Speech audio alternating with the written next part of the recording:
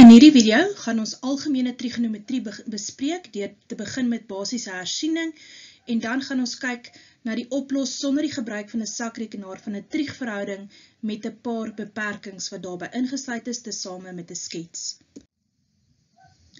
Ter hersiening, kom ons dink terug aan graad 10 werk. Nou, eerstens is dit belangrik om te onthou dat trigonometrie verwys na driehoeksmeetkunde. So in graad 10 het ons spesifiek met 'n reghoekige driehoek gewerk, waarvan ons gesien het dat as ons by die hoek theta staan, het ons die sy wat aan hom raak, die reghoeksy wat aan hom raak, is die aangrensende sy, die reghoeksy teenoor hom is die teenoorstaande sy, en die sy bekend as die skynsy is die sy oorkant die 90 grade reghoekige hoek. Ons het 3 basiese verhoudings waarmee ons werk. Die eerste ene was gewees sin theta, en sin theta het ons gesien is die verhouding teenoorstaand gedeel deur skuins. Cos theta was die verhouding die aangrensende sy gedeel deur die skuinsy, en tan theta was gewees die teenoorstaande sy gedeel deur die aangrensende sy. Dit is baie belangrik om raak te sien dat ons hierdie selfde reghoekige driehoek ook op 'n kartesiese vlak kan gaan teken, en dan maak ons gebruik van die kartesiese waardes, naamlik die aangrensende sy word dan ons x, die teenoorstaand word die y, en ons skynsy word die r. Gevolglik beteken dat sin theta bekend gaan staan as y deel r, cos theta is dan x deel r, terwyl tan theta y deel x is. In hierdie driehoek geld Pythagoras se reël nog steeds. X kwadraat plus y kwadraat is gelyk aan r kwadraat. Iets belangrik om te onthou ook vir vandag se werk. As ons dan kyk na ons kartesiese vlak, dan kan ons dit in 4 kwadrante verdeel. Ons werk antikloksgewys vanaf die positiewe x-as en ons kry die eerste kwadrant. In die eerste kwadrant weet ons is die x-as positief, die y-as positief en ons radius r gaan altyd 'n positiewe waarde wees. Dit beteken dat ons sin, cos en tan verhoudings van 'n hoek al 3 gaan uitwerk op 'n positief, en so kan jy in elke blokkie sien. In die tweede kwadrant het ons dan gevind gaan net die sin verhouding die positiewe verhouding wees as ons met die tekens werk, terwyl die ander 2 negatief is. In die derde kwadrant is dit net die tan verhouding wat positief is, en in die vierde kwadrant is dit net die cos verhouding wat positief is. Hierdie beginsel het ons gebring by wat ons noem die cast diagram.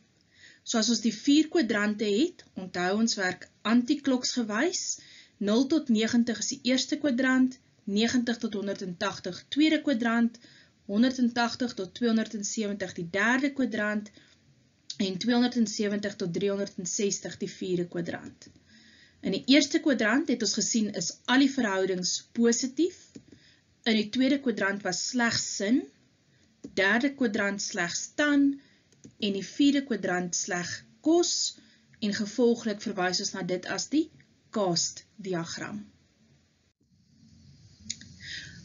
Nou wil ons bietjie kyk na die oplos van trieguitdrukkings met die behulp van 'n vergelyking, beperkings en 'n skets, en baie belangrik, hierdie gaan werk wees wat jy sonder 'n sakrekenaar moet kan doen. 'n Paar wenke om hierdie tipe probleme op te los. Die eerste wenk is, isoleer die triegverhouding. So in die vergelyking wat hulle vir jou gaan gee, gaan daar 'n triegverhouding, het sy 'n sin, cos of tan wees, wat aan 'n bepaalde hoek gekoppel is, en hierdie moet jy dan gaan isoleer, sodat jy aan die linkerkant van die vergelyking net die sin, cos of tan van die betrokke hoek het.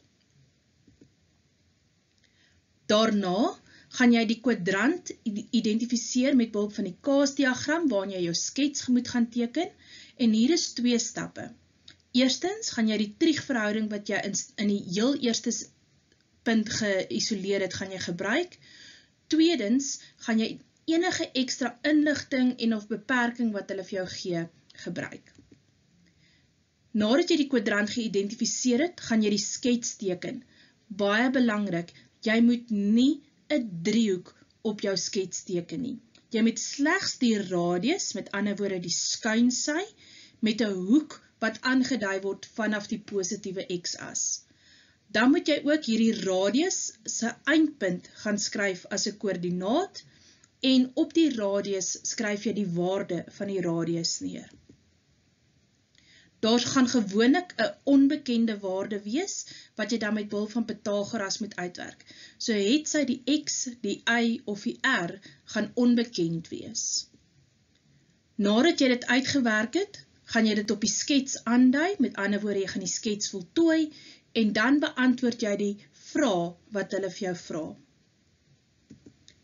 Bestudeer gerus die voorbeeld in jou handboek wat vir jou 'n bietjie meer duidelikheid sal gee, maar ons gaan ook nou saam na 'n voorbeeld kyk.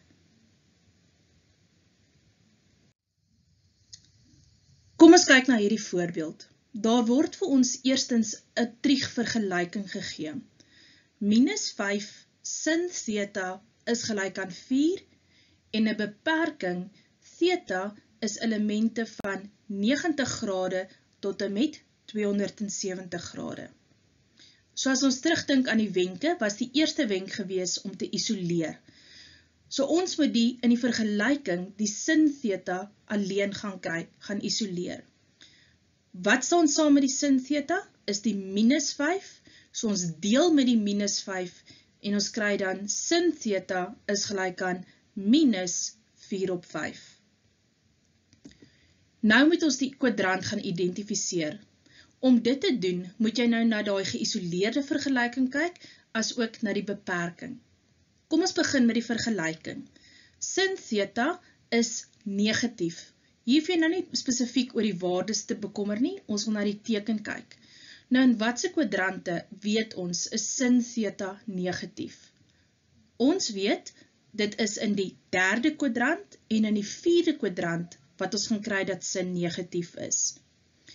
Die sketsie wat ek hier regs onder het, is 'n hulpsketsie wat jy net gebruik en dit hoef jy glad nie te teken nie, want dit word nie gemerk of tel punte nie. Hierna kyk ons na die beperking. Die beperking is theta elemente van 90 tot 270 grade. Dit beteken theta kan 'n hoek wees wat lê of in die tweede kwadrant of in die derde kwadrant. Nou, nadat jy dit alles op die sketsie aangedui het, die kwadrant waarin jy vir jouself 2 merkies gemaak het, is die kwadrant waarin jy gaan teken. So hier kan ons nou sien, ons skets gaan wees in die derde kwadrant. So jy gaan teken vir jouself die skets. So onthou die skets bestaan uit die radius, jou skynsy, en die hoek wat jy vanaf die positiewe x-as al die pad antikloksgewys moet aandui tot teenoor die radius. Onthou, hierdie hoek is dan ook bekend as theta.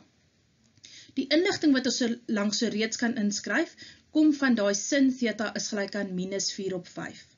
Nou ons weet sin theta is y gedeel deur r. So my skynsy se waarde is 5 en in die koördinaat kan ons reeds in die plek van y -4 gaan skryf en dit pas dan ook by ons y-as wat op daardie plek negatief is. Dit beteken dat x se waarde ontbreek en dit gaan jy met behulp van Pythagoras gaan bereken. So x kwadraat in hierdie geval gaan wees die skynsy kwadraat 5 kwadraat minus die -4. Maak seker jy sit dit in 'n hakkie, gekwadreer en dit kom van Pythagoras af.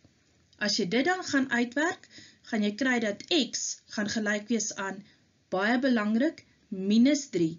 Oppas om net te skryf 3, alhoewel die vierkantswortel van 9 net 3 is, skryf ons -3, omdat op die skets wat jy reeds het, kan jy sien dat jou x-waarde 'n negatiewe waarde moet wees. Gebruik nou hierdie inligting en voltooi die skets, so daar sal jy sien dat ek die koördinaat nou volledig is -3, -4. Net 'n wenk om te onthou, hierdie koördinaat kan jy enige naam gee. Ek het nou hierso 'n A gegee, maar dit kan enige alfabetletter wees. Oppas net dat jou koördinaat se benoeming nie dieselfde is as jou hoek nie. Nadat ons nou Pythagoras gedoen het en die skets voltooi het, nou kan ons die vraag oplos wat hulle vir ons vra. Die eerste vraag wat hulle vir ons vra is, om die waarde met behulp van die diagram te bereken van 5 cos theta minus 3 tan theta. Cos theta, weet ons nou, is die verhouding x gedeel deur r, en tan theta is die verhouding y deel x. So vanaf jou skets, kyk mooi wat doen ons, die 5, en in die plek van die cos theta, sit jy nou 'n hakkie waarin jy die verhouding gaan invoeg. So cos theta, die x-waarde is min 3, en die skynsy, die r, is 5. Net so doen jy ook dan vir die tan theta, en jy maak seker om al die tekens in te voeg. Nou vereenvoudig jy dit, en jy hou so aan, tot jy by jou finale antwoord kom. Vir die tweede ene, het ons nou 4 deel sin theta, minus 3 deel cos theta. Nou gewoonlik lyk dit baie vreemd, as ons 'n breek binne 'n breek skryf, en daarom gaan split ek dit so bietjie op. So ek gaan doen die volgende. Ek gaan sê 4, en ek skryf die deelteken, sodat ek die sin theta se breek dan maklik kan neerskryf.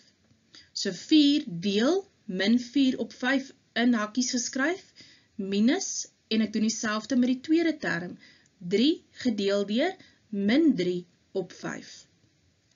Wat weet as ons deel met 'n breek, dan maal ons met die resiprook. So hier wys ek dit ook vir jou, en nou kan ons vereenvoudig en dit uitwerk tot by ons finale antwoord. Goed, ek glo jy verstaan nou wat om te doen. Nou kan jy lekker aan die huiswerk werk. Baie sterkte, mooi dink.